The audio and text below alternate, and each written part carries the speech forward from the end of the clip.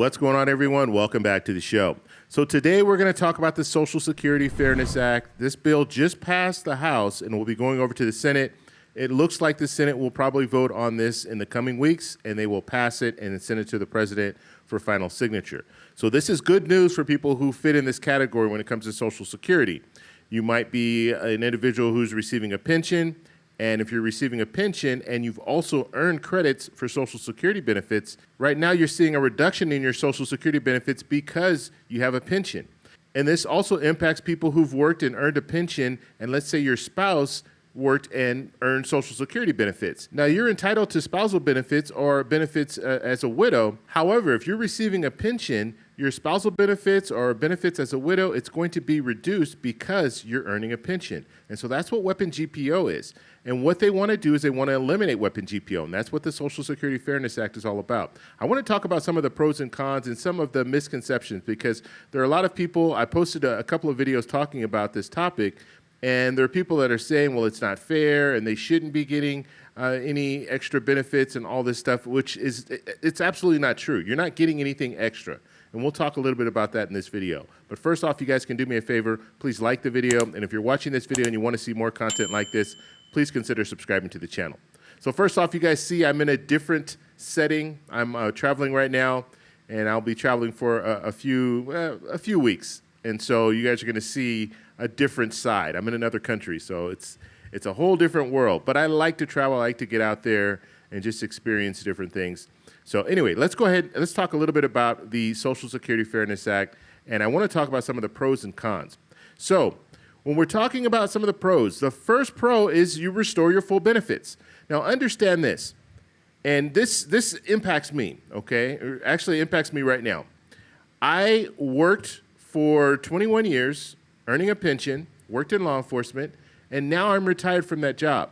So I'm currently collecting my pension. However, in the future, because I'm still working, I'm young, I retired at 50, so I'm still able to work and I still want to work. But now I'm paying into Social Security. And once I get, right now I have about 5 years credits. Once I hit the 10 years of credits, then I will qualify for Social Security benefits. But guess what?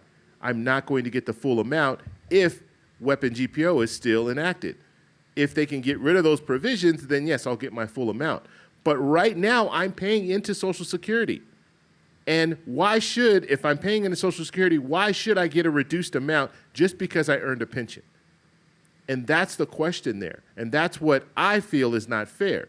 And you have a lot of individuals that work in law enforcement, fire, teachers, that work and they earn a pension. And when they retire, they're able to get that pension. And some of those individuals will be working in other jobs and earning Social Security credits. And so they should be able to receive their full amount. And so the biggest pro when it comes to eliminating WEP and GPO is you'll get your full benefits. And that's all people are asking for. They're not asking for anything extra. They're just asking for their full benefits. They contributed. They should be able to receive their full benefits just like everyone else. Okay, so the second pro of eliminating WEP and GPO is it will address inequities. Now, this is something we got to talk about. If you're working as a first responder, if you're working as a teacher, some other government jobs, you're not making a killing. You're not going to get wealthy off that work.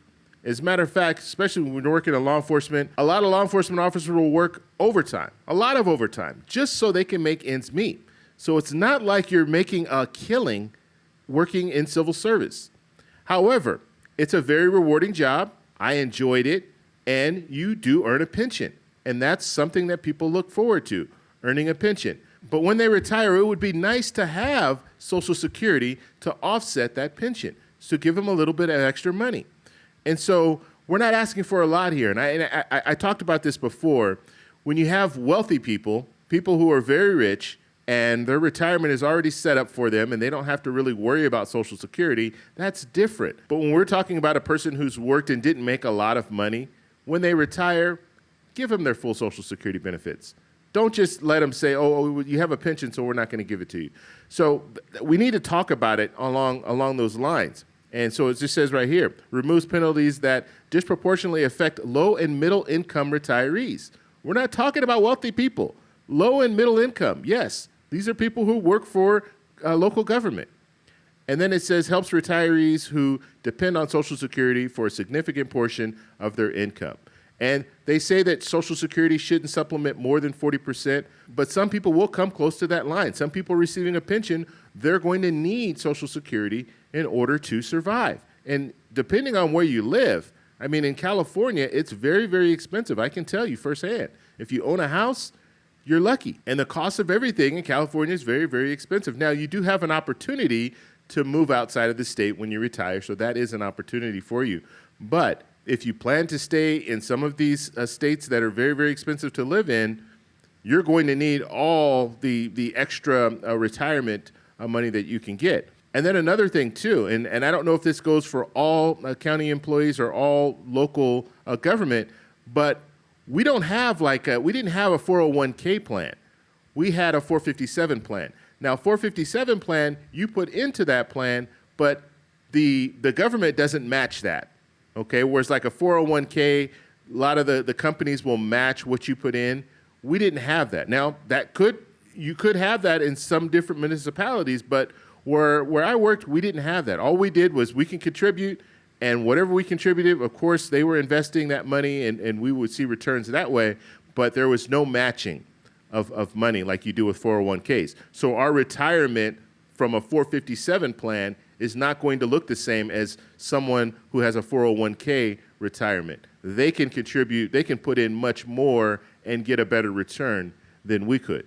Okay, pro number 3, supports public sector recruitment. This is a big thing. Now, I'll have to admit, when I took on the job, I knew I was receiving a pension, but I didn't know anything about Social Security. I didn't know anything about WEP and GPO and all of that. I knew I wasn't paying into it, but I didn't know that I would be penalized if I did earn enough credits in order to receive Social Security benefits. Now I do, but this is after I've retired, but I didn't know that going in. But this is a benefit to people who are just starting out. You can explain to them, look, you're going to receive a pension, which is good, and you'll also be able to receive your full Social Security benefits if you qualify. I think that's a plus because some people will look at this, and just like I said, you have to think of it along these lines too. If I am working and I earn a pension and I get to the point where I retire, what is my incentive to work another job if I know that paying into Social Security, the incentive is obviously you'll be able to receive money, so that's good. But when it comes to Social Security, there's no incentive right now because I'm paying into Social Security, my 6.2%, the company's matching my 6.2%, so 12.4% is going to the Social Security Administration, and I already know there's going to be a reduction in my benefits. I already know that. And so how is that fair for me to say, okay, well, I'm going to pay just like everybody else is paying, but I'm only going to get a reduced amount? And so the way that I look at it, and I'm sure other people that are in my same situation look at it, it's like, wow, that's not fair. That's not fair that I'm going to pay the same amount, the same percentage as anyone else who's working, but I'm not going to get the same amount back. And so it says here, makes public sector jobs more attractive by ensuring full retirement benefits, potentially improving recruitment and retention for critical roles like teachers and first responders. And you have to understand, working as a teacher, working in law enforcement, first responders, I can tell you, these are not glamorous jobs. And you do a lot of things, and you find yourself in a lot of different situations where you're asking yourself, why did I start? Why did I take this job? And I'm being completely honest with you. You can be put in some very unsafe situations. You could be in situations where there's hazardous material, bombs, all kind of. I remember, and I'll tell you a quick story. I remember we went into a house and we were searching a residence, and we found explosive materials. First time this has ever happened to me, and we kind of panicked, like, what's going on? And of course, we were searching the house, so there were people that were there, and we were talking to them. Hey, what's all this? Oh, they're just fireworks. And so we ended up calling the bomb squad. And guess what they told us? You guys did the right thing by calling us because there's some explosive material in here, and that could have gone off at any time. And so working in some of these jobs can be very, very dangerous. And so I say all that to say, when it comes to the WEP and GPO, eliminating that and making it a little more desirable for people to want to work. And I don't have to tell you about the scrutiny that teachers are facing right now, that law enforcement is facing right now, that firefighters are facing. If you do a good job, you don't really hear too much. If you do a bad job, that's going to be the headline news. So when it comes to these public sector jobs, I mean, it's one of those deals where you do need, it's hard to recruit people. And so ultimately, I do think these little things do help when it comes to recruiting. So the last pro here is it enhances retirement security. Now, I will tell you, when you start thinking about retiring, you start going to some of the different meetings, it can get very confusing, and you don't know what's going on. And so if you were to simplify this, just eliminate WEP and GPO, it will allow you to kind of set up, okay, this is how much money I'm going to be receiving in Social Security, as well as this is how much money I'm going to be receiving in a pension. And it just makes it that much easier. Whereas right now, you don't know all the calculations when it comes to Social Security, so you don't know exactly how much you're going to be receiving. And this is, I mean, this is information you have to know, because when you retire, in some situations when you retire, that's it. You might not be working another job, and so you want to know how are you going to pay your bills, and what's your cost of living adjustment going to look like, and all these different questions. And so it says here, provides more predictable and equitable retirement income for public employees who have contributed to Social Security. And that's important. You just want to know how much you're going to be receiving when it comes to your Social Security benefits and your pension. That's all you're asking for. And then also we're talking about individuals who've worked. Let's say you worked, you earned a pension, your spouse worked, paid into Social Security, and now you are eligible for spousal benefits. Now, when you start confusing things and saying, oh, you only get 2/3 of your pension, you don't know exactly how much you're going to be receiving with spousal benefits or as a widow, and that stuff is very, very important. And so that's another reason why eliminating WEP and GPO will simplify things for the people who are retiring or even thinking about retiring. Okay, so let's look at some of the cons, and I've been hearing about some of these cons in the comment section, but this one here, potential perception of unfairness. Now, when you explain WEP and GPO to the average person, I think most people will look at it and say, well, you know what, that doesn't seem fair when it comes to someone who has earned a pension. They should be able to receive their full Social Security benefits as well. But you do have some people that think since they're earning a pension, they shouldn't get their full amount when it comes to Social Security benefits. And why not? I paid into it. And so we're not talking about a person who didn't pay into Social Security and they're getting benefits. We're talking about someone who contributed. They actually paid into Social Security. And the only situation where, let's say, and I've talked about it, but let's just go over this again. If you are working and you earn a pension, you still qualify for spousal benefits. And you should. Because what about a stay-at-home mom or a stay-at-home dad? Their spouse works, and they qualify for spousal benefits. They didn't pay into Social Security either. But just because you worked and you earned a pension, now they're saying, okay, well, you didn't pay into Social Security, so we're not going to give you spousal benefits or benefits as a widow. That you would get it if you didn't work at all. If you stayed at home, you would get it. And so why shouldn't that person who did work and earn a pension, why shouldn't they qualify and get it?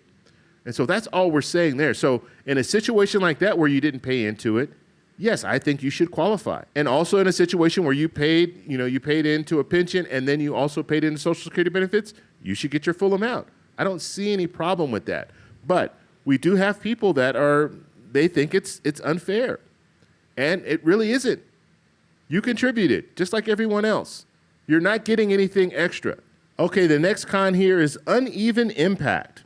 Now this one says, some argue that WEP and GPO were designed to correct an imbalance in benefit calculations. Repealing them might lead to overcompensation for certain groups. I don't really believe in that, but that is the reasoning behind WEP and GPO saying that it would be, what do they say, imbalanced benefit calculations and all of this. When it comes down to it, the easiest way to do it is to say, look, you paid into it, you contributed, we're going to give you the amount that you contributed. That, plain and simple. That, do the calculations, of course, but give people the amount that they should be receiving. And not look at all this, well, these people might be better off because they're earning a pension. Well, just like, and I gave this example before. What if you're an individual who invests a lot of money in your retirement, invest in the stock market and all that, and you have this huge windfall when you retire? You have millions of dollars, let's say $3 or $4 million. Are you still entitled to Social Security benefits? Should they reduce the amount of Social Security benefits that you receive because you have a windfall of, you set aside money in your retirement? No, you should get the full amount. And that's all we're saying when it comes to the pensions. If you're receiving a pension, you should still be able to get a full amount. Okay, so the next con here is increased cost to the Social Security system. So because if you eliminate WEP and GPO, that's going to mean that people who qualify or who are getting reduced benefits right now, they're going to get their full benefits, or they'll recalculate it, and so they'll be receiving more in Social Security benefits. If they are receiving more in Social Security benefits, then overall, the Social Security Administration, the two trust funds that are out there, they're going to have to pay out more in benefits. We already know we have a financial situation when it comes to Social Security, when it comes to the trust funds. They say that the trust funds will probably be depleted in about 10 years. Now, the CBO, they looked at this, and they said this would advance the shortfall about 6 months. So instead of it being, let's say 10 years, it would be 9 years and 6 months. And so that would be the effect of eliminating WEP and GPO. But it is true, if you eliminate WEP and GPO, then we will see the trust funds get depleted a little bit sooner. But that's not the fault of WEP and GPO. It's not the fault of people who've actually worked and paid into Social Security, because those people who have paid in and they're getting those reduced amounts, it's not fair to them. And so they do need to make it right. Okay, so the next con, this is what needs to happen, and this is the only con that I agree with. This Social Security Fairness Act, there's no revenue source, okay? So we're looking at a lack of broader reform. We need to see broader reform. We need to see Social Security reform. We can't just say, okay, Social Security Fairness Act, yes, this is good. It eliminates WEP and GPO, but when you don't have a revenue source, then now you are impacting the Social Security as a whole. And so what they need to do, and what they needed to really do, is look at some of these proposals that are already out there, like the Social Security 2100 Act, that it eliminates WEP and GPO, but it also raises taxes on people making $400,000 or more.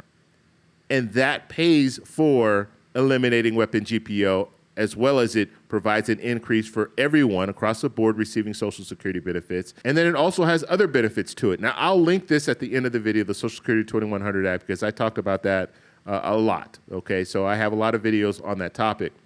But when it comes to a broader reform, yes, we do need to see broader reform. And I think that's the biggest problem with just moving forward with the Social Security Fairness Act and not looking at some of the other issues. Because what Congress needs to address is the fact that Social Security, the trust funds will be depleted in 10 years.